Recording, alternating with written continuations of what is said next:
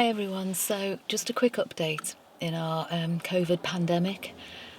It's nearly the middle of May, and unfortunately my community patient who struggles with recurrent chest infections has developed a nasty chest infection and went through A&E the other day and is COVID suspected.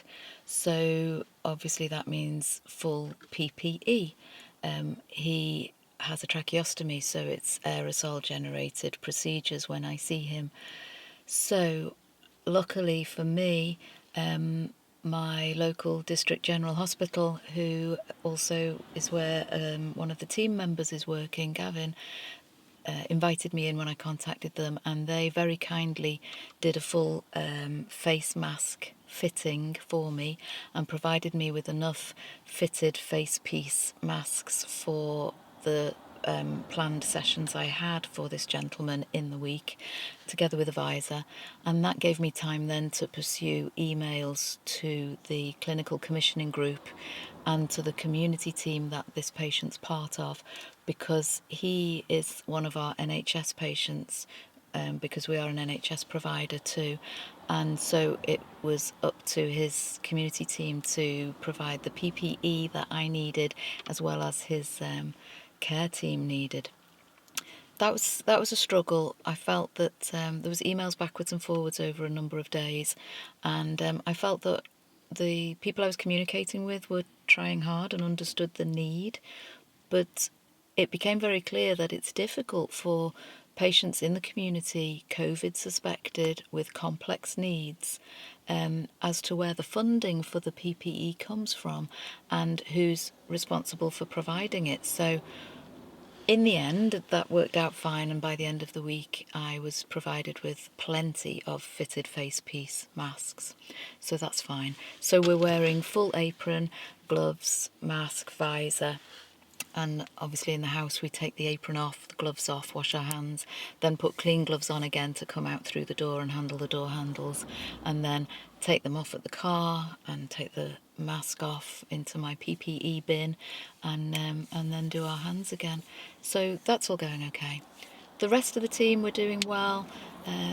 Still Gavin, Cleo and Lauren working in the NHS, the others furloughed, which has its stresses as well, being furloughed. You know, they're managing childcare, homeschooling, supporting families, and all of the things that come with that. So the team's doing well, but it's a stressful time. Being in touch with the patients regularly all the time. Again, patients are struggling. We've got people who are starting to report that they feel weaker, that they feel that they've struggled a bit more with coming out of the chair up into standing.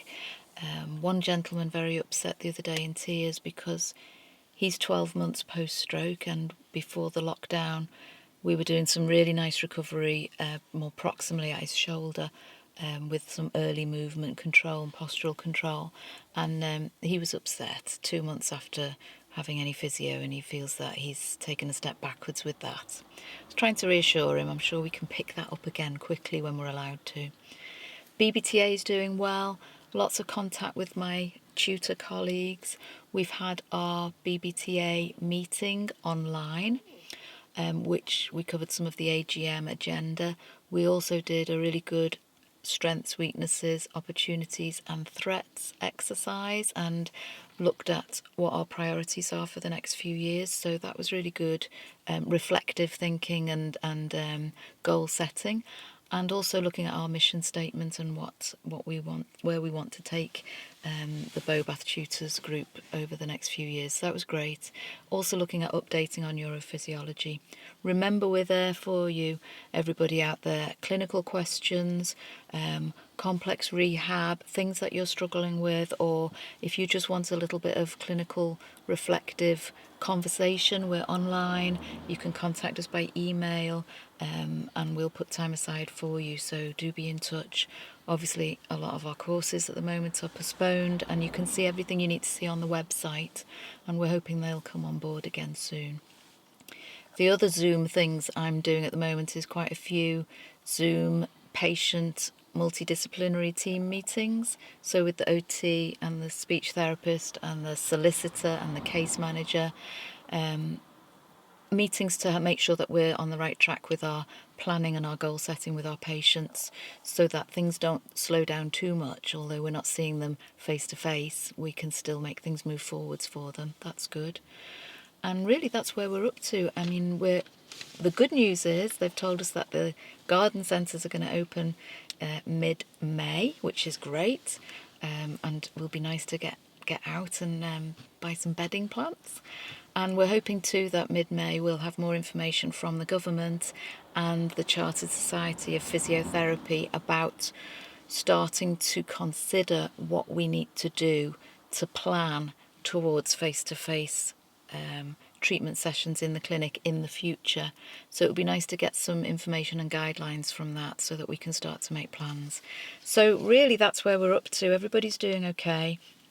I'm hoping that our patient does well. I've got quite a lot going on with the clinic software, moving all the clinic management software from one provider to another, all the data transition. It's a huge job, you don't want to hear about that. We've managed well with some of the glitches, and I'm getting familiar with the new software now, so I feel more secure that the patient data is safe, and we've got great customer service, so I'm pleased with the company that we've chosen to manage that for us. So that's good, and we're getting forwards with that. Okay, so keep safe, everybody. Remember that BBTA is there for you. Remember that Therapy Matters is there for you if there's anything we can do. Team are doing well. We just need good news now so that we can move forwards a little bit in June. All right. Thank you very much for all the support and all the kindness that you send us in messages and phone calls. So best wishes, everyone. Speak soon. Bye.